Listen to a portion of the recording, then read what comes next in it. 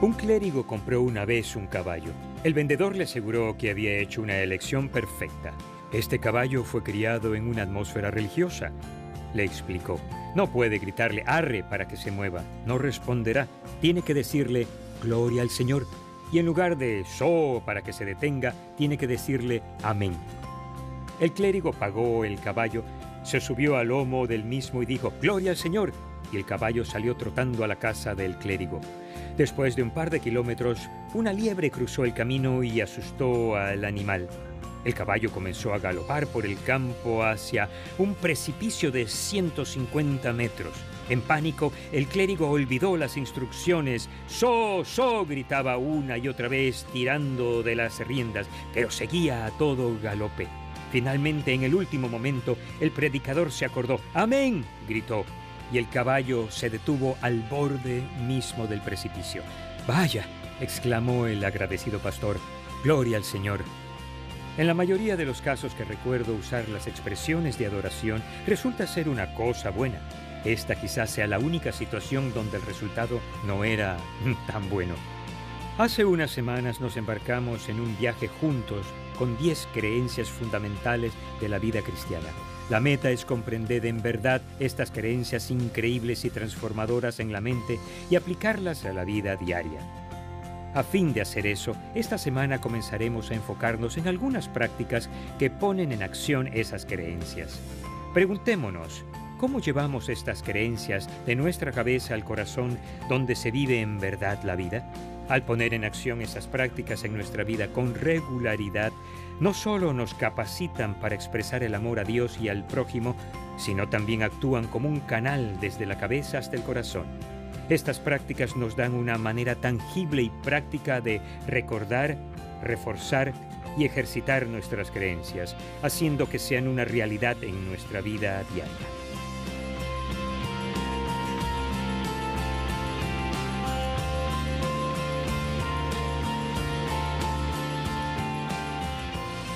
La primera práctica que quisiera ver es la adoración. Aquí nos hacemos la pregunta clave: ¿cómo honro a Dios del modo en que se merece?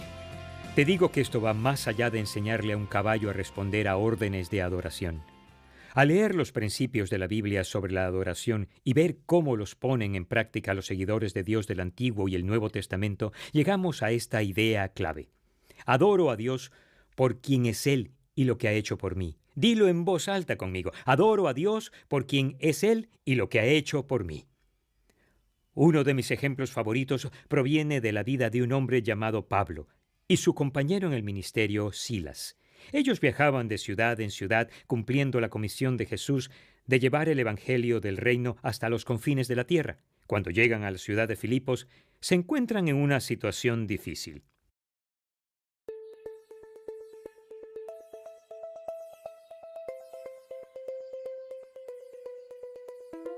En los años inmediatamente posteriores a la vida de Jesús en la tierra, sus seguidores viajaron por todo el mundo, hablándole a la gente de Él e invitando a las personas a creer en Jesús e imitarlo en cuanto al modo en que vivían. Uno de los seguidores más conocidos era un hombre llamado Pablo. Anteriormente en su vida, Pablo había perseguido a los que creían en Jesús, enviándolos a la cárcel. Sin embargo, Pablo más tarde tuvo un encuentro con Dios y se convirtió él mismo en creyente. Dios llamó entonces a Pablo a viajar por muchas zonas diferentes del Imperio Romano. Él iba con frecuencia a las sinagogas judías en cada ciudad para enseñarles a las personas sobre Jesús. Algunos de los líderes religiosos de alto rango se sintieron amenazados por Pablo y su mensaje y comenzaron a tramar maneras de matarlo. En una ocasión, cuando Pablo, su compañero de viaje Silas y algunos de sus amigos iban caminando para reunirse con un grupo de otros creyentes, fueron seguidos por una esclava. La muchacha tenía un espíritu en ella que le daba la capacidad de predecir el futuro y ganaba grandes cantidades de dinero para sus amos, adivinando el porvenir.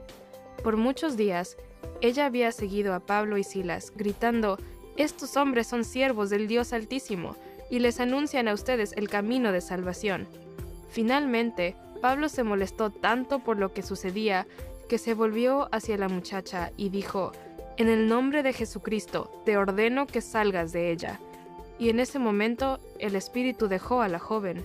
Cuando los amos de la muchacha se dieron cuenta de que no podían ganar más dinero utilizándola, agarraron a Pablo y Silas, los llevaron ante los tribunales de la ciudad y los acusaron de provocar una conmoción en las calles. Pablo y Silas fueron severamente golpeados y llevados a la cárcel, y les colocaron grilletes en sus pies para que no pudieran escapar. Entonces, avanzada la noche, Pablo y Silas comenzaron a orar y cantar cantos a Dios con una voz tan fuerte que los otros prisioneros los escuchaban. Mientras ellos cantaban, un violento terremoto sacudió la cárcel, moviendo los cimientos del edificio. Las puertas de la cárcel se abrieron y las cadenas de todos los prisioneros se soltaron. El carcelero, que estaba durmiendo, se despertó y cuando vio que todas las puertas de la cárcel estaban abiertas, sacó su espada para quitarse la vida. Sin embargo, Pablo gritó: «No te hagas ningún daño, todos estamos aquí». El carcelero se apresuró a la celda de la cárcel y se arrodilló delante de Pablo y Silas. «Señores, ¿qué tengo que hacer para ser salvo?», les preguntó. Pablo y Silas le respondieron: «Cree en el Señor Jesús, así tú y tu familia serán salvos». Entonces les hablaron al hombre y a su familia sobre Dios y Jesús. El carcelero limpió las heridas de Pablo y Silas, y él y toda su familia fueron bautizados, creyendo lo que les habían dicho. Finalmente, este hombre llevó a Pablo y Silas a su casa y les dio de comer. El carcelero estaba lleno de alegría porque él y toda su familia habían llegado a creer en Dios.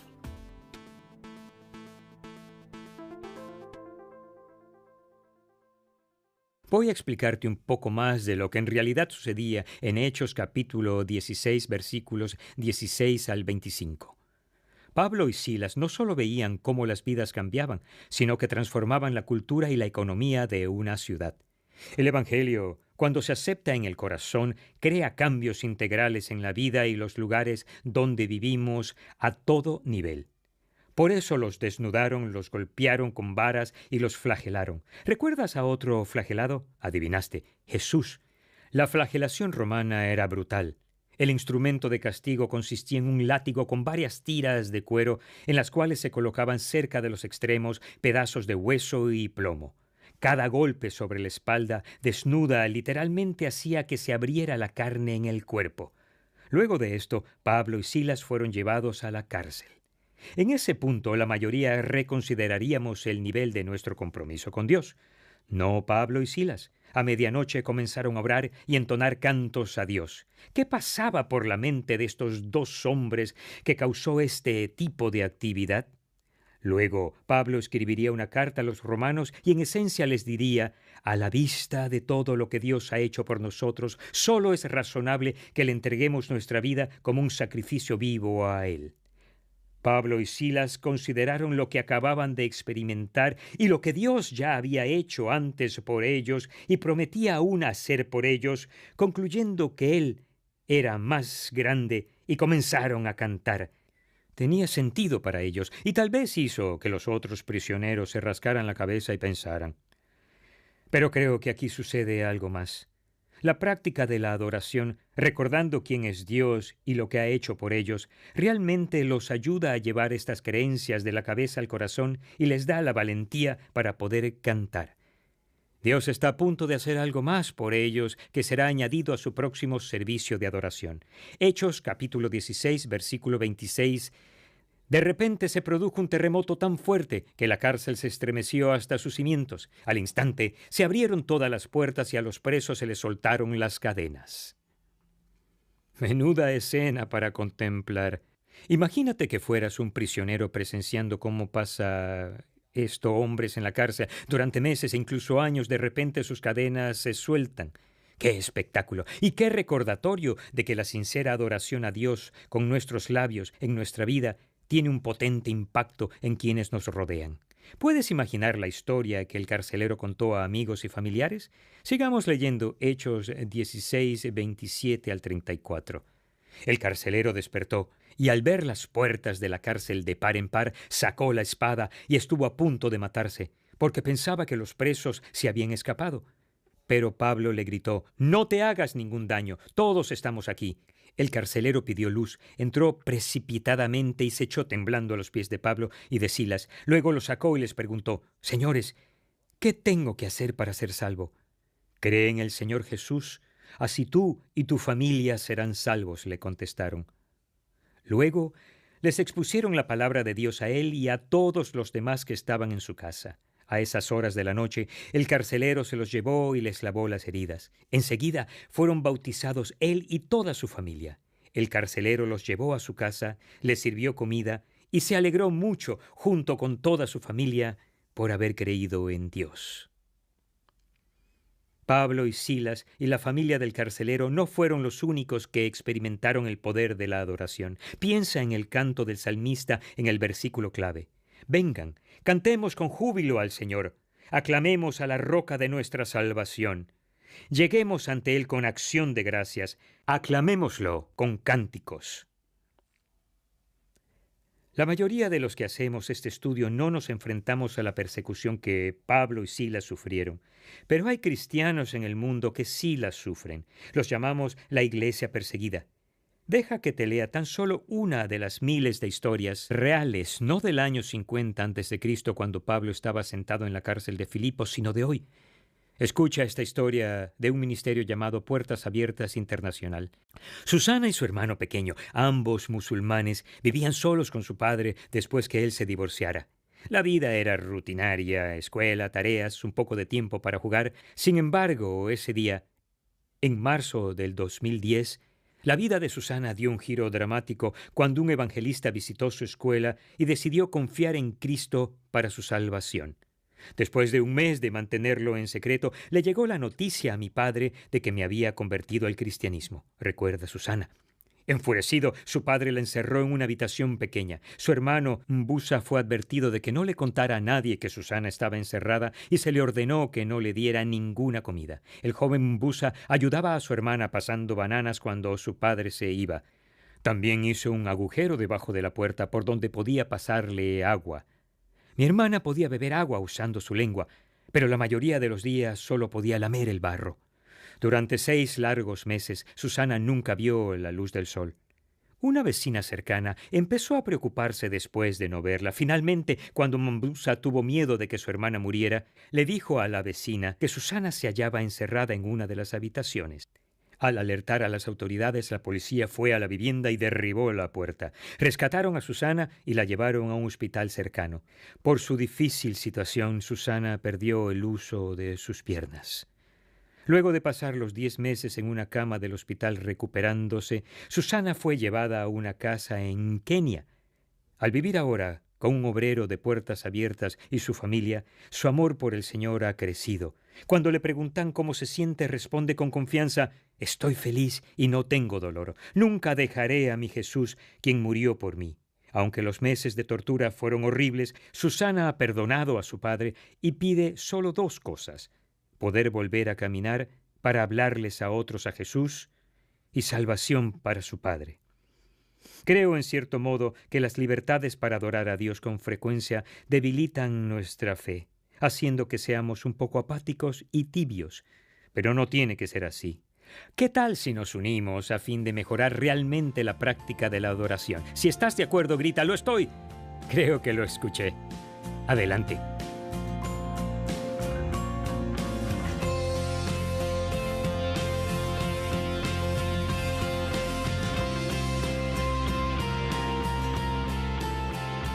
Vayamos a lo práctico y hablemos de cómo podemos vivir esta práctica de la adoración cada día. Número 1. Reconozco diariamente a Dios por quien es Él y lo que ha hecho por mí. Número 2. Adoro a Dios en privado y colectivamente con los cantos que entono, las palabras que digo y el modo en que vivo mi vida. Te desafío a que revises las 10 creencias de las que hemos hablado o las 5 primeras. Repasa las ideas clave y di en alto los versículos clave al levantarte, de camino a donde quiera que vayas y al ir a la cama. Busca cantos que declaren estas verdades y entónalos en voz alta. Cántalos al despertarte en la mañana. Sé de esas personas locas que cantan en voz alta en el auto. Cántale suavemente al Señor antes de dormir. La última manera que podemos aplicar la práctica de la adoración a la vida es haciendo algo que la mayoría olvida, pero es inmenso. Número 3. Cuando le atribuyo valía a Dios como su Hijo, una valía inmerecida me es atribuida a mí. La palabra adorar significa atribuirle valía a alguien o a algo. Siempre que le atribuimos valía a Dios por quien es Él y lo que ha hecho por nosotros, recordamos que una de las cosas que ha hecho por nosotros es darnos el derecho a ser llamados hijos de Dios y herederos de toda su herencia. Cuando reconocemos que Dios es digno, le da la vuelta a la situación y nos recuerda lo dignos que somos para Él. En Salmos 95 el adorador canta: porque el Señor es el gran Dios, el gran Rey sobre todos los dioses. Vengan, postrémonos reverentes, doblemos la rodilla ante el Señor nuestro Hacedor, porque Él es nuestro Dios y nosotros somos el pueblo de su prado. Somos un rebaño bajo su cuidado. Un increíble resultado de adorar a Dios por quien es Él y lo que ha hecho por nosotros es un incremento en lo valiosos que somos para Él. Somos el pueblo de Dios. Eso, amigo, debería infundirnos gran alegría y confianza para enfrentar cada día. Si necesitamos autoestima, sumérgete en un poco de estima de Dios. Si crees eso, di: gloria al Señor.